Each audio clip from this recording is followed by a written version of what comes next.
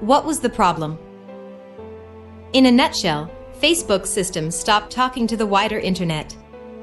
Facebook's explanation was a little more technical. It said configuration changes on the backbone routers that coordinate network traffic between our data centers caused issues that interrupted this communication. This had a cascading effect, bringing our services to a halt. So why couldn't people access Facebook?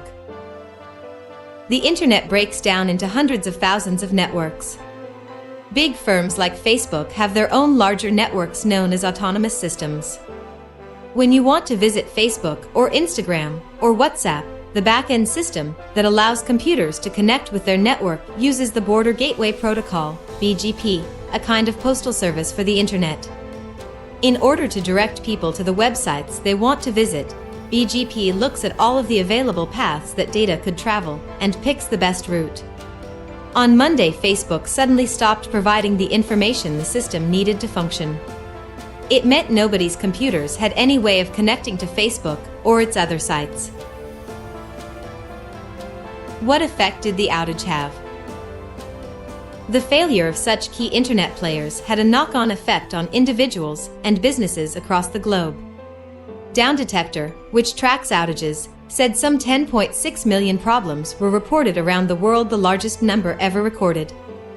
For many, losing access to Facebook's services was just an inconvenience. But for some small businesses in the developing world, without other reliable ways to communicate with customers, it may have been a serious problem. Likewise, some organizations where staff are still working remotely after the pandemic now rely on WhatsApp to keep colleagues in touch. How much money has Facebook lost?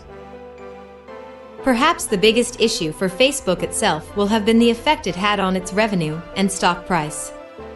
The shutdown meant ads weren't served for over 6 hours across its platforms. According to some, the outage could have wiped as much as $6 billion from Mr. Zuckerberg's personal wealth, with its shares dropping nearly 5%. Others estimate that the loss of revenue to the company could amount to more than $60 million. And this blow to Facebook's reputation comes at a difficult time. A whistleblower responsible for leaking many internal documents takes the stand at a U.S. Senate hearing today. It is also under scrutiny from regulators around the world who have questioned whether it's responding appropriately to issues such as misinformation, hate speech, and handling user data, or whether, as the whistleblower says, it's putting growth over safety. Now its technical abilities are also in question.